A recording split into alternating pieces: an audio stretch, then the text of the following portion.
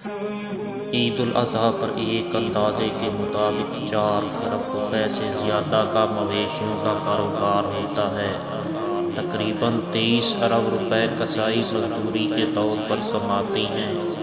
3 ارب روپے سے زیادہ چارے کے کاروبار والے کماتے ہیں۔ دنیا میں سب سے بڑا کاروبار عید پر ہوتا ہے۔ نتیجہ غریبوں کو مزدوری ملتی ہے، کسانوں کا چارہ فروخت ہوتا ہے، دیہاتیوں کو مویشیوں کی اچھی قیمت ملتی ہے، اربوں روپے گاڑیوں میں جانور لانے لے جانے والے کماتے ہیں۔ بعد ازاں غریبوں کو کھانے کے لیے مہنگا گوشت مفت میں ملتا ہے، کھالیں کئی سو ارب روپے میں فروخت ہوتی ہیں۔ چمڑے کی فیکٹریوں میں کام کرنے والوں کو مزید کام ملتا ہے۔ یہ سب پیسہ جس نے کمایا وہ اپنی ضروریات پر جب خرچ کرتے ہیں تو نہ جانے کتنے کھرب کا کاروبار دوبارہ ہوتا ہے۔ یہ قربانی غریب کو صرف گوشت نہیں کھلاتی بلکہ آئندہ سارا سال غریبوں کے روزگار اور مزدوری کا بھی بندوبست ہوتا ہے۔